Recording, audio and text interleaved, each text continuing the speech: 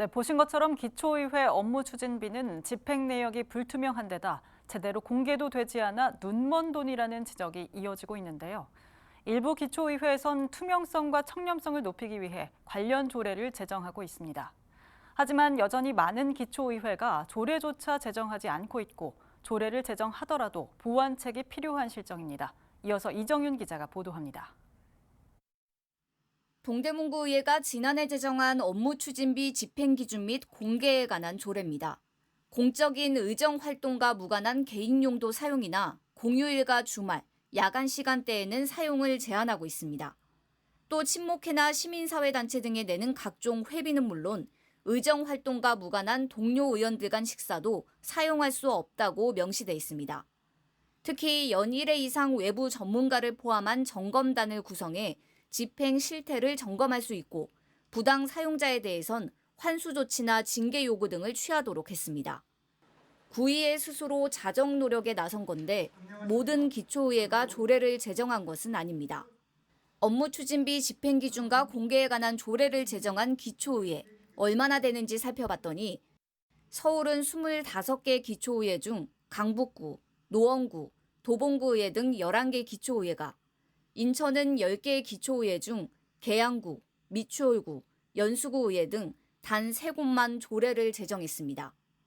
기초의회가 조례 제정을 꺼리고 있는 건데 시민들의 적극적인 요구가 필요하다는 지적입니다. 지방자치라는 게 지방의회에서 좀 자율적으로 이런 부분을 결정하도록 이제 권한을 주는 것이기 때문에 이걸 좀 법으로 강제하기엔 좀 무리가 있죠.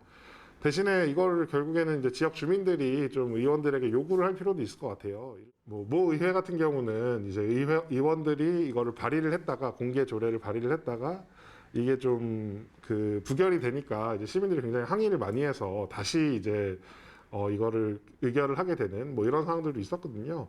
그런 거를 봤을 때 어쨌든 시민들이 계속해서 좀 감시의 눈을 놓지 않고 의원들에게 투명하게 공개를 하라라는 요구를 해야 된다고 생각을 합니다.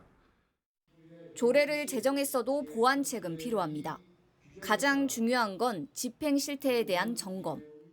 하지만 정기적인 모니터링이나 외부 기관을 통한 점검 조항이 빠져 있는 조례가 대부분입니다.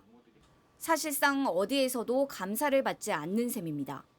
누가 이제 잠자는 호랑이의 구토를 뽑을 수 있겠냐, 이 모니터링을 누구한테 할 거냐, 주체가 명확하지 않기 때문에 이건 시민참여위원회를 꾸리든지 어쨌건 객관적으로 평가할 수 있는 곳이 있어야 되는데 그런 것 없이 모니터링만 한다. 그러면 실제 그 돈을 사용하는 사람과 사용받는 사람들이 같은 상황에서 누가 그것을 정확하게 모니터링하고 지적할 수 있을지가 의문이고, 그래서 이런 조례를 좀 더 구체적으로 개정을 해서 시민들의 참여를 확대하는 방향으로 제정을 하면 좀 더 투명하게 업무 추진비가 사용될 수 있는, 사용될 수 있지 않을까 생각합니다.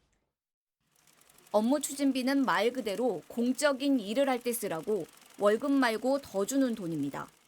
해외에선 정치인들이 업무 추진비로 생필품을 샀다가 정치 생명이 끝나기도 하고 정권이 바뀌는 일도 있습니다.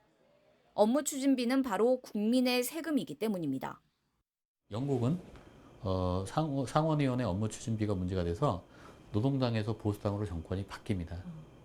그 노동당 의원들이 업무 추진비 중에 강아지의 애견샵을 갔을 때 법인카드를 썼다든지 이런 것들이 문제가 돼서 노동당이 정권을 잃었죠. 결국은 이 법인카드나 업무 추진비의 문제는 세금에 대한 문제이기 때문에 세금으로 사용되는 모든 활동들은 통제받아야 된다고 하는 것을 잊지 말으셨으면 좋겠다고 하는 겁니다. 그래서 BTV 뉴스 이정윤입니다.